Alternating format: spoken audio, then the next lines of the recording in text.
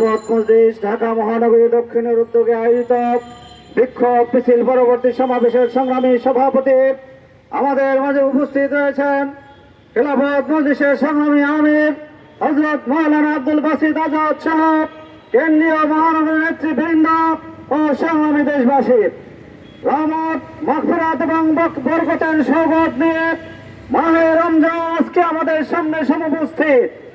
এই রমজানের পবিত্রতা রক্ষার জন্য আমরা মনে করি ব্যক্তিগতভাবে আমাদের যেমন দায়িত্ব রয়েছে, এই সরকারের তেমনি দায়িত্ব রয়েছে।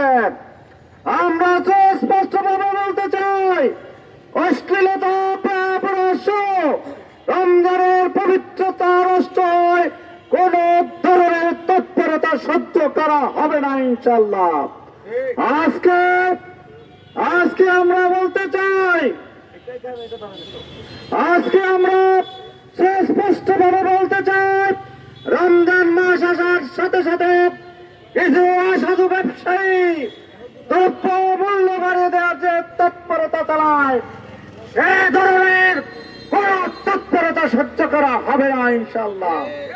আজকে আমরা বলতে চাই, চিন্তা এবং চাঁদাবাজি আজকে পতিত স্বৈরাচার বিভিন্ন ভাবে এখানে অপতৎপরতা চালানোর প্রচেষ্টা চালাচ্ছে। সর্বশেষ তারা ছিনতাইকারী হিসাবে মাঠে নেমেছে।